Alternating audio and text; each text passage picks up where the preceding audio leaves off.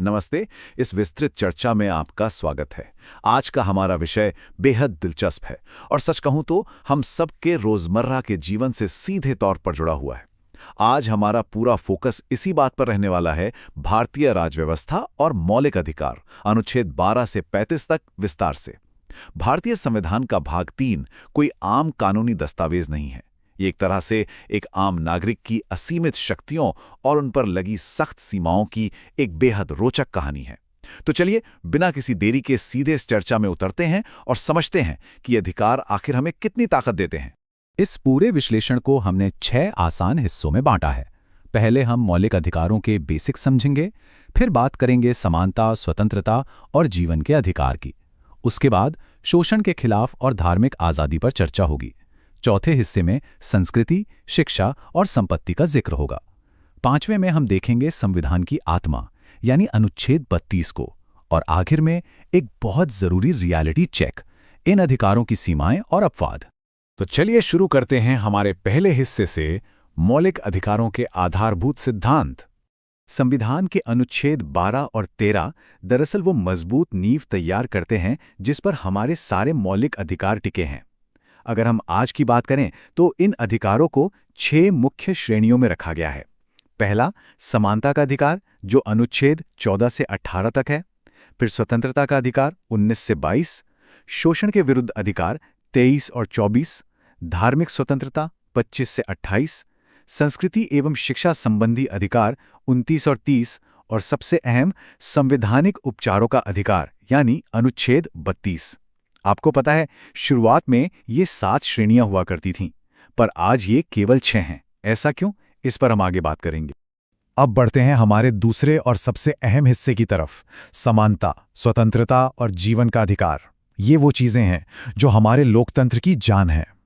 अनुच्छेद 19 को ही ले लीजिए, इसका दायरा सच में बेहद विशाल है।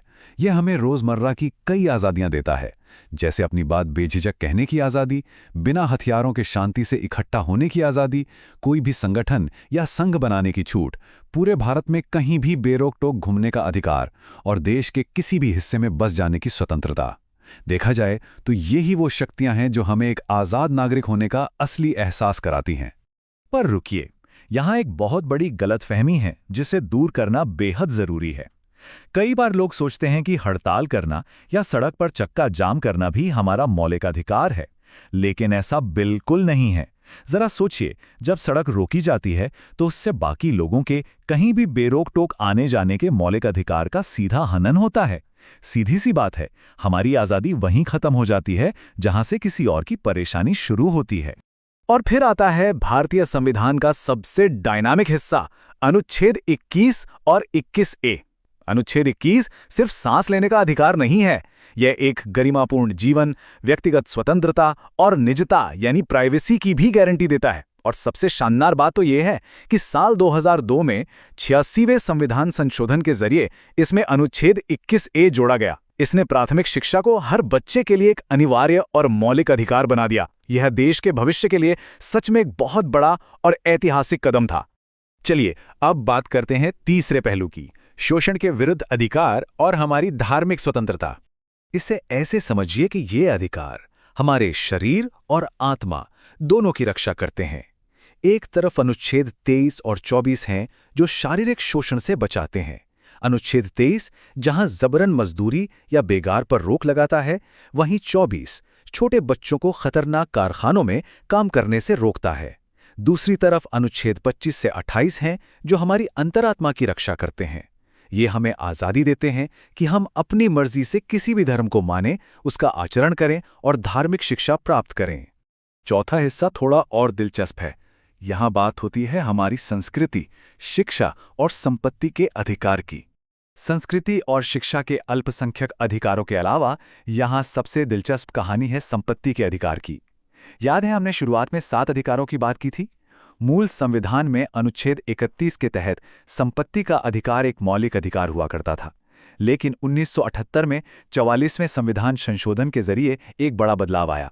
संपत्ति के अधिकार को मौलिक अधिकारों की इस वीआईपी लिस्ट से बाहर निकाल दिया गया और अब ये अनुच्छेद 300A के तहत महज एक कानूनी अधिकार बनकर रह गया है। अब आते हैं उस चीज पर जिसे समझना शायद सबसे ज्यादा जरूरी है। भाग 5, संविधान की आत्मा यानी अनुच्छेद 32।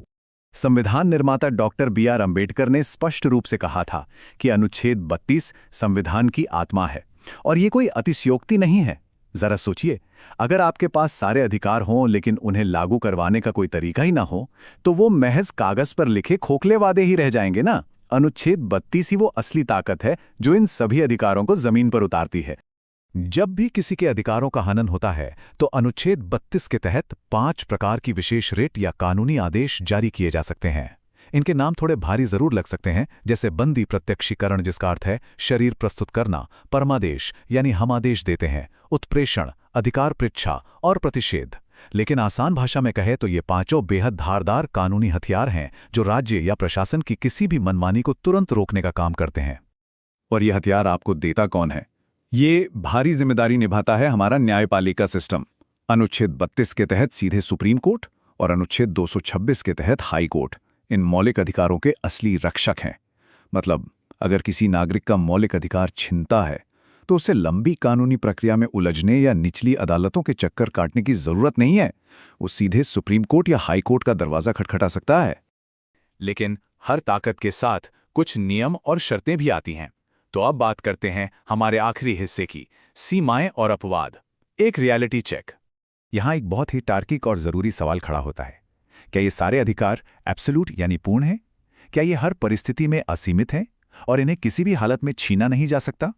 आइए इस सच्चाई की भी पड़ताल कर लेते हैं। जवाब है नहीं। राष्ट्रीय सुरक्षा हमेशा सर्वोपरि होती है और इसी के नाम पर निवारक निरोध अधिनियमों यानी प्रिवेंटिव डिटेंशन एक्ट्स का विकास हुआ है। आप इस सूची को देखिए। 1971 में मीसा, 1980 में रासुका, 1985 में टाडा, 2001 में पोटा और फिर यूएपीए।